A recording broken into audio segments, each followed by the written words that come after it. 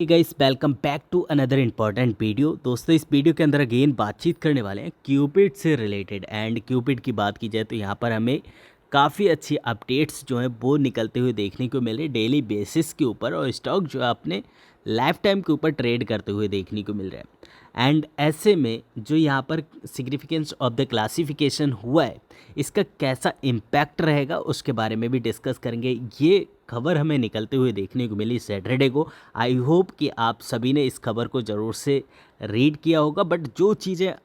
अभी तक आपको नहीं पता चली हैं वो सारी चीज़ें इस वीडियो के अंदर एक एक करके हम डिस्कस करने वाले हैं कि कंपनी के स्टॉक प्राइस के ऊपर कैसे इम्पैक्ट रहेगा, और अंदरूनी तौर पर कंपनी के लिए इसका कितना ज़्यादा बेनिफिट है और क्या कंसर्न है उसके बारे में भी डिस्कस करेंगे। तो being a retail investor of Cupid limited, इस वीडियो को आप ज़रूर से एंड तक वॉच आउट कीजिएगा ताकि सारी चीज़ें आपको अच्छे से समझ में आ सकें और आप एक बेहतर डिसीजन ले सकें।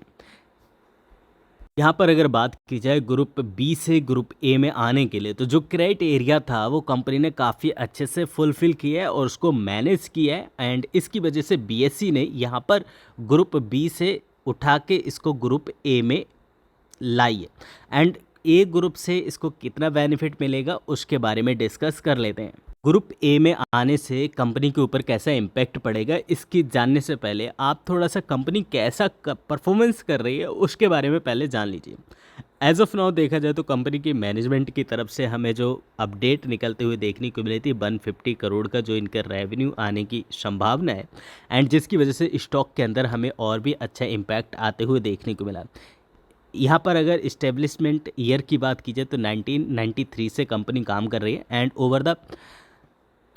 125 कंट्रीज़ के अंदर इनका बिजनेस जो है वो देखने को मिलता है। एंड प्रोडक्टिविटी की बात की जाए तो यहाँ पर 1.5 टाइम्स जो है वो कंपनी अच्छा खासा आउटपुट देते हुए देखने को मिल रही है। एंड अगर हम एडिशनल मेल और फीमेल की बात करें, क्योंकि ये कंपनी जिस कारोबार में सम्मिलित है, आप सभी को पता है ये कंपनी जो है मैन केयर और वुमेन केयर के लिए कामकाज करती है। जहाँ पर अगर बात की जाए मैन कॉन्डम की, तो यहाँ पर पिछली साल जो है ये आप कह सकते हैं पर एनम जो कंपनी की कैपेसिटी है वो यहाँ पर 770 मिलियन की, एंड फीमेल कॉन्डम की बात की जाए तो यहाँ पर आपको 75 मिलियन की जो है कैपेसिटी पर एनम की देखने को मिलती है। एंड 120 कंट्रीज़ के अंदर कंपनी का जो बिजनेस है वो एक्सपांड होते हुए देखने को मिल रहा है। एंड रिसेंटली कंपनी ने यहाँ पर WHO के साथ में और UNFA के साथ में और PFSMCA के साथ में यहाँ पर जो है लॉन्ग टर्म एग्रीमेंट साइन करते हुए देखने को मिले, और इसके चलते यहाँ पर जो स्ट्रेटेजिक लैंड एक्विजिशन की बात है वो यहाँ पर कंपनी ने जो है महाराष्ट्र के अंदर किया है, जिससे कि कंपनी जो है एम्पलीफाई कर सके और अपनी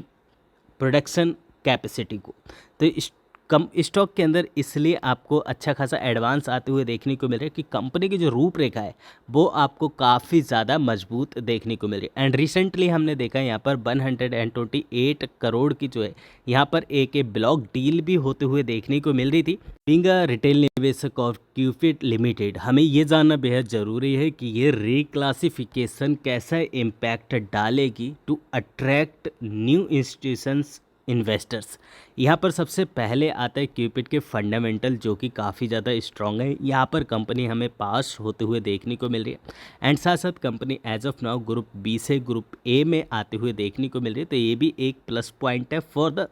इंस्टीट्यूशंस इन्वेस्टर्स के लिए।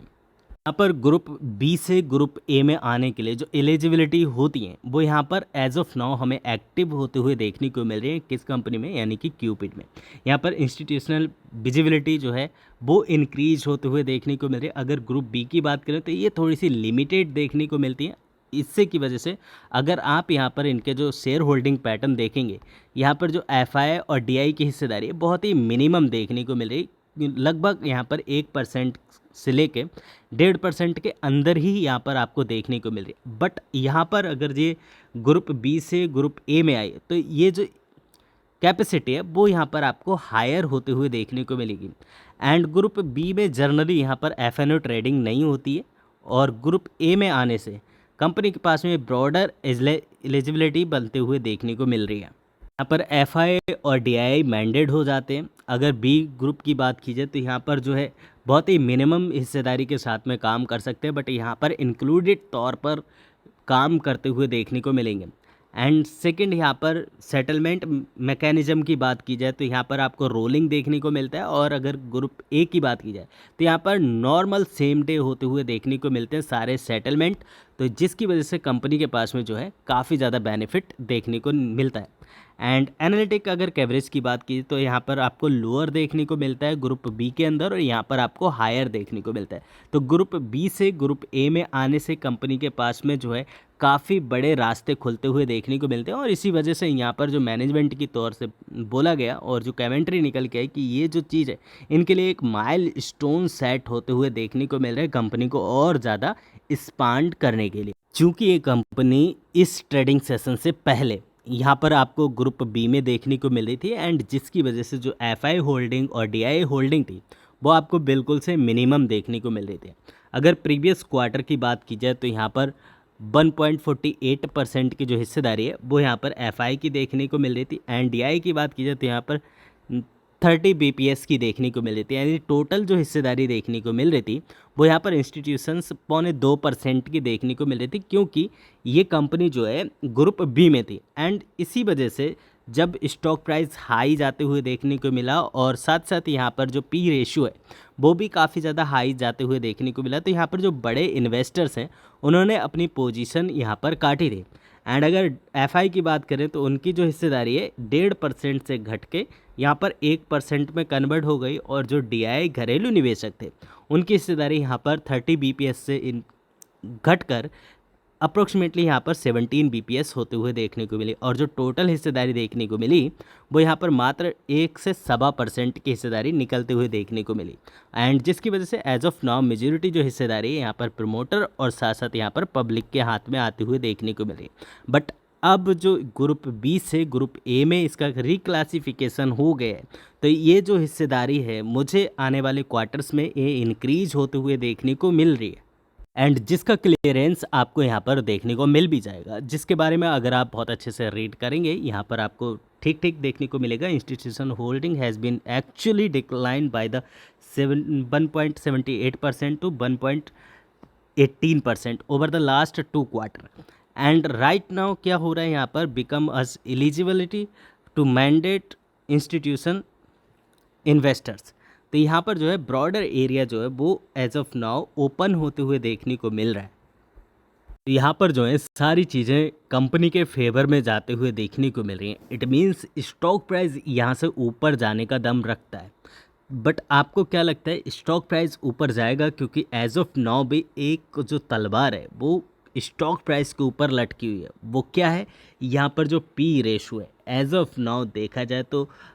262 के मल्टीपल के ऊपर इनका जो पी है वो एज ऑफ नाउ ट्रेड होते हुए देखने को मिल रहा है। एंड ऐसे में अगर आपकी बात मान भी लें कि यहाँ पर सारी चीज़ें जो है कंपनी के फेवर में, बट अगर इसका पी की बात की जाए तो वो एकदम अपनी चरम सीमा के आसपास ट्रेड करते हुए देखने को मिले, तो क्या आपको लगता है ऐसे में इस जगह पर जो बड़े इन्वेस्टर्स हैं वो अपने पैसे को लगाएंगे, या फिर वो यहाँ से प्राइस के करेक्शन होने का वेट करेंगे? आपको क्या लगता है? आप नीचे कमेंट बॉक्स में ज़रूर से मेरे साथ शेयर कीजिए, क्योंकि वो सारी चीज़ें अभी के समय पर मैं आपके सामने रखने वाला हूँ। ऐसा कह के मैं बिल्कुल से आपको डरा नहीं रहा हूँ। मैं हर एक वीडियो में बताता हूँ कि मैं आपके सामने वो रोड मैप रखने की कोशिश करता हूँ जो एक्चुअली वर्क करता है। आपको सिर्फ ख्याली सपने नहीं दिखाने, मेरे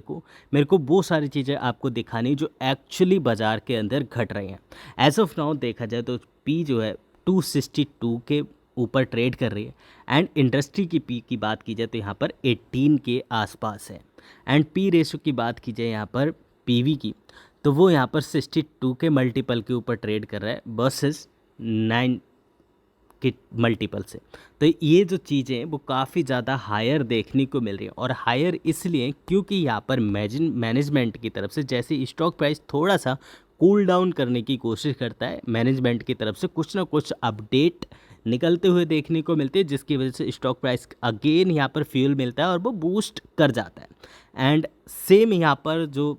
देखने को मिल रहा है कि स्टॉक प्राइस जो है एज ऑफ नाउ करेक्शन के मोड में, और ऐसी अपडेट निकलना स्टॉक को एक और हाई प्राइस के ऊपर ले जाने का दम रखती है। बट यहाँ पर ये क्वेश्चन मार्क ये है कि एज ऑफ नाउ जो चीज़ें वो आपके सामने, क्या एक रिटेल इन्वेस्टर जो कि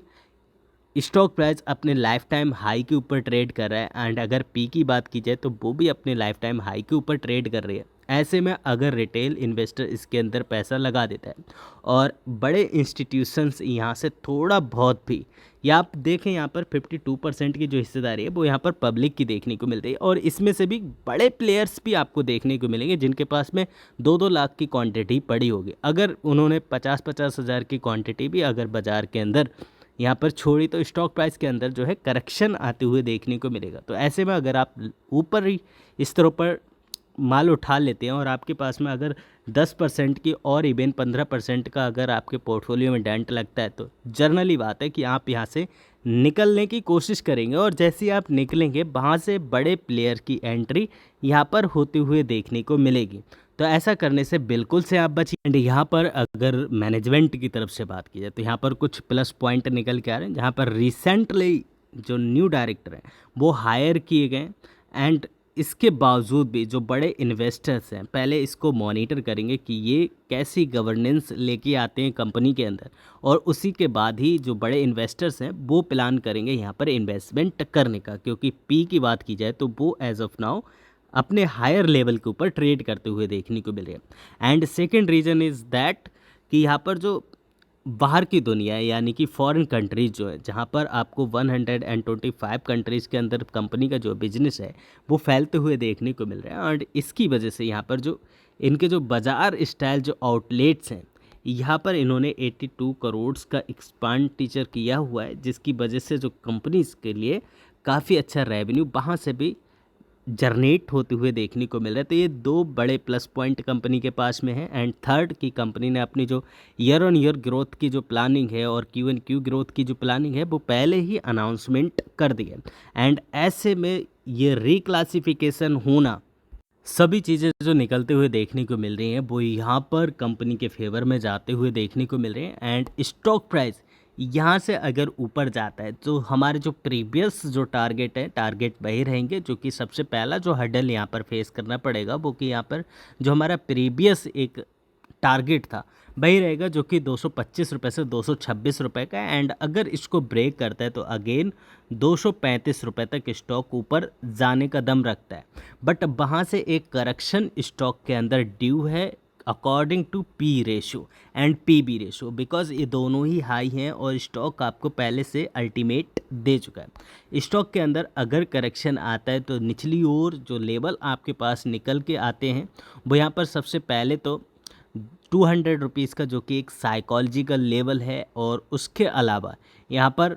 जो सेकंड निकल के आ रहा है वो यहाँ पर 196 से लेके 190 का लेवल देखने को मिल रहा है। ये दो लेवल निचली ओर हैं, यही हमारा होराइजन है और यही हमारा जो लेवल्स हैं वो हम इस कंपनी को लेके चल रहे हैं। इनकेस आपके मन में कोई क्वेश्चन क्वेरी है वो आप चाहें तो नीचे कमेंट बॉक्स में मेरे साथ शेयर कर सकते हैं। और आपको क्या लगता है कि स्टॉक प्राइस यहाँ से कंटिन्यू रैली करेगा, या फिर यहाँ पर एक कंसोलिडेशन ड्यू है स्टॉक के अंदर, या फिर यहाँ से एक प्राइस करेक्शन ड्यू है? आप चाहें तो नीचे कमेंट बॉक्स में अपनी राय ज़रूर दे सकते हैं। आपकी हर एक राय यहाँ पर वैल्यूएबल है।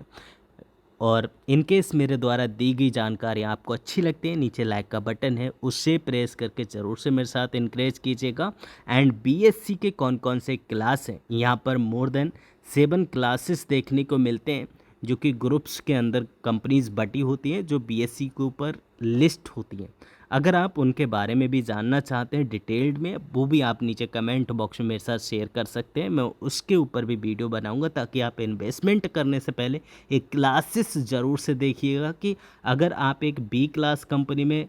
पैसा लगाते हैं तब आपको कैसे रिटर्न मिलेंगे, अगर आप एक टी क्लास कंपनी के अंदर पैसा लगाते हैं तब आपको कैसे रिटर्न मिलेंगे, और ए ग्रुप के क्या बेनिफिट हैं वो आज की वीडियो में आपने देख लिया है। Thanks for watching, see you next video, bye bye for now.